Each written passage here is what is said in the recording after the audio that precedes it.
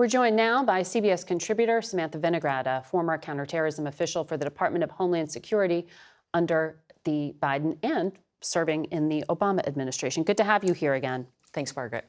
So a lot I want to get to with you. Let me first start. U.S. law enforcement, to be clear, says there is no credible imminent threat to the U.S. homeland that is known emanating from that terror attack that we saw ISIS carry out in Moscow. But how concerning is the terror environment right now for Americans? Well, I will say from a counterterrorism perspective, the attack near Moscow was tragic, but it was also unsurprising. The intelligence community has been warning for years that ISIS, despite territorial and leadership losses, has retained its ability to conduct operations, largely through regional affiliates like ISIS-K, who's claimed responsibility for the attack near Moscow. We've seen ISIS-K attack American interests outside the Kabul airport during the evacuation, attack the Russian embassy in Kabul in 2022, and increasingly increase the geographic scope of their operations in Central Asia, Iran, and now Moscow. We also know that ISIS is relying on its regional affiliates to attack its interests in the West. And from my time advising the Secretary of Homeland Security, I will tell you that we were concerned about the threat that ISIS-K posed to the American interests and to the homeland, and we took certain steps to mitigate that. Can you tell us what those were? Well, without getting into operational details, the Department of Homeland Security and its intelligence, counterterrorism, and law enforcement partners regularly seeks to get access to the best intelligence possible, and then to use analysis of matters like travel patterns to inform screening and vetting, to inform cooperation with other partners globally, to try to prevent any potential known or suspected terrorists from just entering the hemisphere. And that's really where, Margaret, having adequate resources for screening and vetting, both from an information standpoint and from a personnel standpoint, becomes incredibly critical. And that's where we hear some of the political talking points about the porousness of the southern border and trying to make a connection to a terror threat. We heard from the border chief here, 140,000 known gotaways, but he's worried about what wasn't detected. What is needed to fill these blind spots? Well, just to put that number in context, the percentage of gotaways to actual encounters between the Trump administration and the Biden administration is basically equal. But when we think about terrorist travel to the United States, we're talking about travel via air, maritime travel, and of course, land travel. Now, the federal government has the opportunity to position resources overseas to, again, try to prevent terrorists from even getting on a plane or boat here in the first place. But at the border itself, we have to remember that every migrant being encountered is screened and vetted against terrorism and criminal history data sets.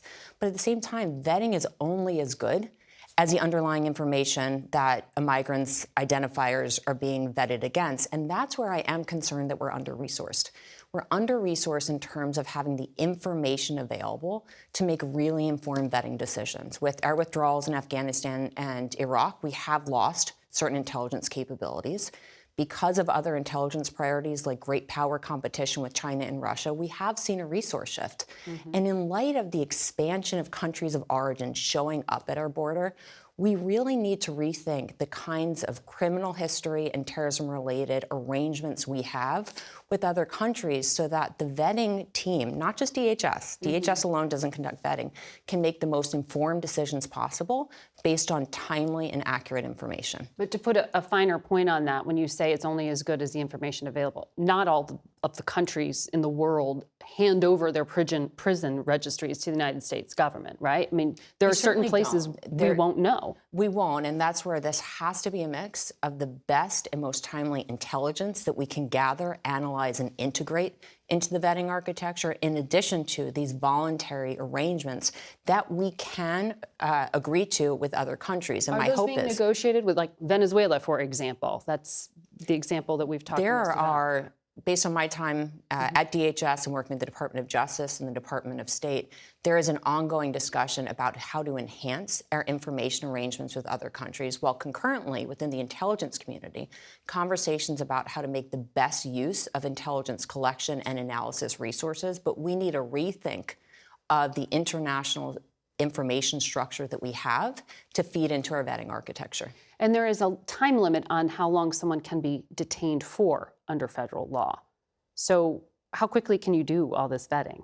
Well, vetting is a point-in-time check. Vetting is based on the best information you have at that moment.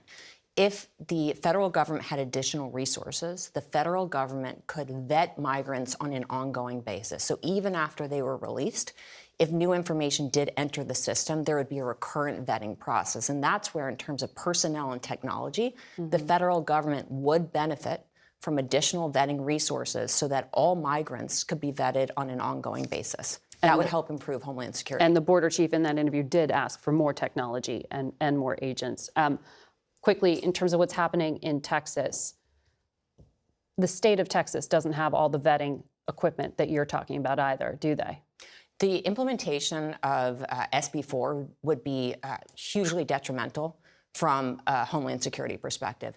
The vetting architecture that we use at the federal level is incredibly complex and relies on both unclassified and classified data sets. Texas has none of that infrastructure. If Texas detains a migrant, puts them into jail, they could be holding a known or suspected terrorist, a transnational organized criminal, without even knowing and without even having the proper security to ensure that there's not a threat emanating from that individual to the homeland. It would be incredibly catastrophic. Important context. Sam, thank you. Thanks.